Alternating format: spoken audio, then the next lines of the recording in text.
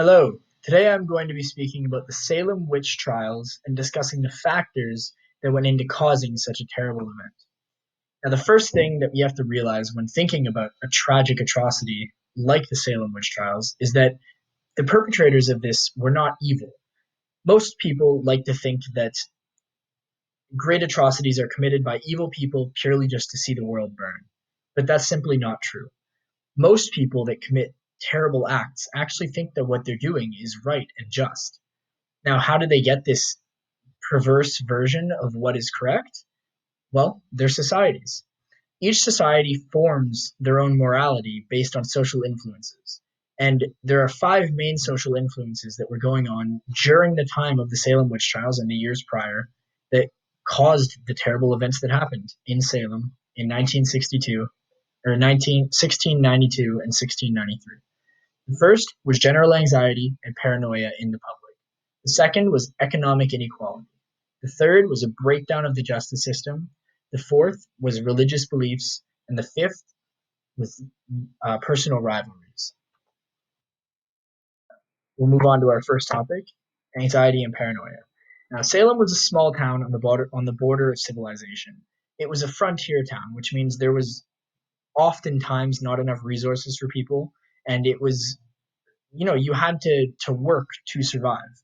Now, the government was very minimal, and as you can see here, Schiff states that it was a precarious position well before 1692, when the colony teetered between governments, or, more exactly, as a Boston merchant put it, between government and no government. So you can see that it was certainly a town on the edge. It was wild, wild west-ish, if that makes any sense. There was a constant battle with the Indians going on there, and Schiff goes on to say that it was a constant fear to encounter armed Indians that might invade your home, kidnap your family, and then just disappear into the night.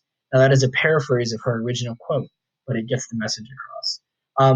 The constant fear for safety caused general anxiety and even paranoia within the population of Salem, and it resulted in a village that was on edge and ready to overreact about any threat to their safety.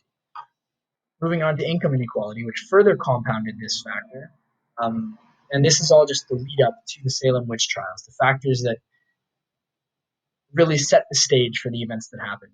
In 1689, King William started a war with the French, and as Jess Bloomberg states, in that King William started a war with France that ravaged much of the areas north of Salem, causing many refugees to flee south and into Salem.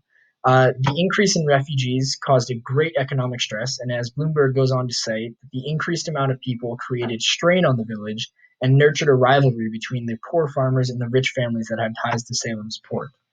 The tensions rose in the village of Salem. Not only was there anxiety for safety, but also about livelihood, and it resulted in a hostile and angry community with many people struggling to make ends meet.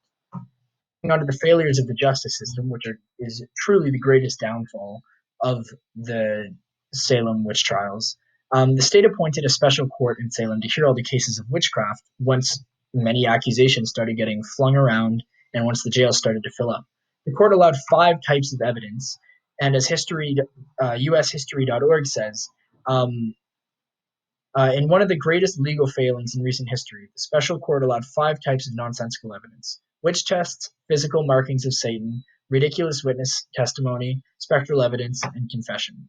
Now, the first type of evidence here, witch test, is really just something that they would have a witch do in court to prove that have a person do in court to prove that they're not a witch. An example of this is reciting the Lord's Prayer.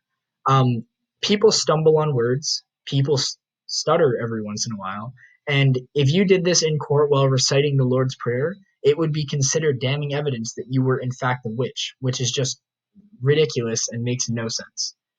The reason that was effective is because witches were thought to not be able to speak the Lord's prayers. The second one was physical evidence of Satan, which is really birthmarks, moles, anything like that.